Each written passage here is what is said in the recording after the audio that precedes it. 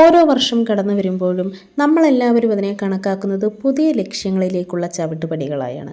പക്ഷേ എന്തുകൊണ്ടൊക്കെയോ അല്ലെങ്കിൽ സാഹചര്യങ്ങൾ കൊണ്ടോ ഞാനുൾപ്പെടെ പലർക്കും ആ ലക്ഷ്യത്തിലേക്ക് എത്താൻ കഴിയാറില്ല. അപ്പോൾ എല്ലാവരുടെയും സങ്കടങ്ങളൊക്കെ അകന്ന് സ്നേഹവും സന്തോഷവും കലർന്ന ജീവിതം കരസ്ഥമാക്കാനുള്ള ആ ഒരു ലക്ഷ്യമാണ് നമ്മുടെ ജീവിതത്തിൻ്റെ കരുത്ത്. അപ്പോൾ എല്ലാവർക്കും അവരവരുടെ ലക്ഷ്യങ്ങളിലേക്ക് എത്തി വിജയം കരസ്ഥമാക്കാൻ കഴിയട്ടെ. എൻ്റെ പ്രിയപ്പെട്ടവർക്കായി ഞാൻ എൻ്റെ ഹൃദയം നിറഞ്ഞ ഹാപ്പി ന്യൂ ഇയർ ആശംസകൾ നേരുകയാണ്. അപ്പോൾ ന്യൂ ഇയർ ആഘോഷത്തിൻ്റെ ഭാഗമായിട്ട് ഒരു ചിക്കൻ കറിയാണ് ഞാനിവിടെ തയ്യാറാക്കാൻ പോകുന്നത്. അപ്പോൾ ഈ ചിക്കൻ കറി നല്ല ടേസ്റ്റാണ്. അത് എങ്ങനെയാണ് തയ്യാറാക്കുന്നതെന്ന് ഞാൻ കാണിച്ചു തരാം. എല്ലാവർക്കും എൻ്റെ ചാനലിലേക്ക് സ്വാഗതം. 2.5 കിലോ ചിക്കനാണ് ഞാനിവിടെ എടുത്തിട്ടുള്ളത്. ഇതിനി ഒരു പാത്രത്തിലോട്ട് തട്ടിയിട്ട് കൊടുക്കാം. അപ്പോൾ കുറച്ച് വലിയ പീസുകളായിട്ടാണ് കിട്ടിയിട്ടുള്ളത്. ഇത് ചെറുതാക്കുന്നില്ല, ഇങ്ങനെ തന്നെ എടുക്കുകയാണ് കേട്ടോ. അപ്പോൾ ഇതിനകത്ത് നിറയെ വേസ്റ്റുകളാണ്. ഇതെല്ലാം ഇനി ക്ലീൻ ചെയ്തെടുക്കണം. അപ്പോൾ ഞാനിത് ക്ലീൻ ചെയ്യാൻ പോവാണ് കേട്ടോ. അപ്പോൾ അതിത്തിരി സമയം പിടിക്കും. അപ്പോൾ ഞാൻ ഇത് ക്ലീൻ ചെയ്തതിന് ശേഷം നിങ്ങൾക്ക് കാണിച്ചു തരാം. അപ്പോൾ ചിക്കൻ നല്ല വൃത്തിയായി കഴുകി എടുത്തിട്ടുണ്ട്. അപ്പോൾ അതിൻ്റെ വേസ്റ്റ് എല്ലാം പോയിട്ടുണ്ട് കേട്ടോ. ഇനി ഇതിലേക്ക് നമുക്ക് കുറച്ച് സാധനങ്ങൾ ചേർത്ത് കൊടുക്കാം. മുളക് പൊടി, മഞ്ഞൾപ്പൊടി, പെരിഞ്ജീരകം പൊടിച്ചത്, ഇഞ്ചി വെളുത്തുള്ളി ചതച്ചത്, ഉപ്പ്, കറിവേപ്പില ഇത്രയും ചേർത്ത് കൊടുത്തൊന്ന് മിക്സ് ചെയ്തിട്ടുണ്ടായിരുന്നു. പിന്നീട് അതിലേക്ക് കുറച്ച് തൈരും കൂടെ ചേർത്ത് കൊടുത്തു. എന്നിട്ട് ഒന്നും കൂടെ മിക്സ് ചെയ്ത് കുറച്ച് നേരം മാറ്റി വെച്ച് കൊടുത്തു. പിന്നീട് ഒരടി കെട്ടിയുള്ള ഒരു പാത്രം അടുപ്പത്ത് വെച്ച് കൊടുത്ത് എണ്ണയൊഴിച്ച് ചൂടായി വന്നിട്ടുണ്ട്. അതിലേക്ക് കടുക് ഇട്ട് പൊട്ടിച്ചു. പിന്നീട് ഗ്രാമ്പു, ഏലക്ക, വഴണയില ഉണങ്ങിയത് ഇത്രയും ചേർത്ത് കൊടുത്തിട്ട് അരിഞ്ഞു വെച്ചിരുന്ന സവാളയും കൂടെ ചേർത്ത് കൊടുത്തൊന്ന് വഴറ്റിയെടുക്കണം. അപ്പോൾ ഈ സവാളയൊക്കെ നല്ലതുപോലെ ഒന്ന് വഴന്ന് കിട്ടേണ്ടതായിട്ടുണ്ട്. അപ്പോൾ ഇങ്ങനെയായി കിട്ടുമ്പോൾ നമുക്കിതിലേക്ക് കുറച്ച് പച്ചമുളകും സവാളയുള്ളി ചതച്ചതും കൂടെ ചേർത്ത് കൊടുക്കുകയാണ് കേട്ടോ.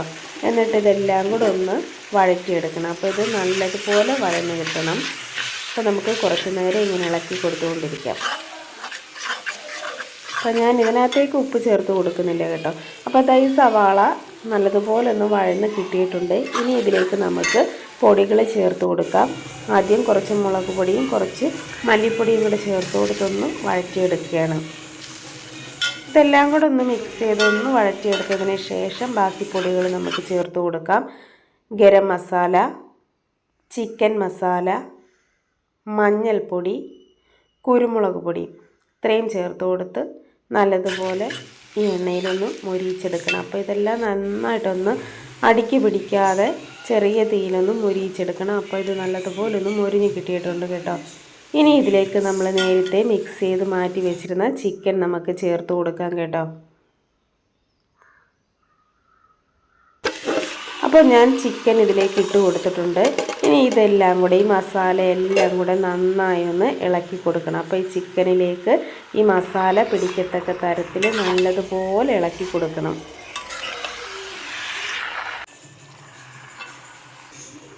അപ്പോൾ ഇതെല്ലാം നന്നായി ഒന്ന് ഇളക്കി കൊടുത്തിട്ടുണ്ട്. ഇനി നമുക്കൊരു അടപ്പ് വെച്ച് അടച്ച് ചെറുതീയിലൊന്ന് വേവിച്ച് കൊടുത്തുകൊണ്ടിരിക്കാം.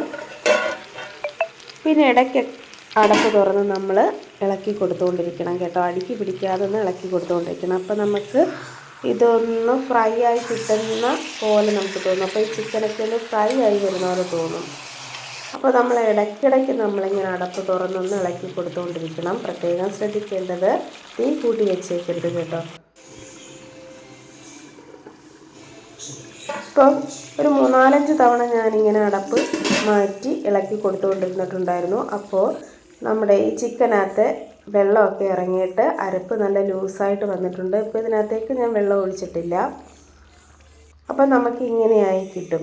അപ്പം നമുക്ക് വേണമെങ്കിൽ ഈ ഗ്രേവി വറ്റിച്ച് നമുക്ക് ചിക്കൻ റോസ്റ്റ് പോലെ ചിക്കൻ പെരട്ട് പോലെയൊക്കെ ആക്കിയെടുക്കാം.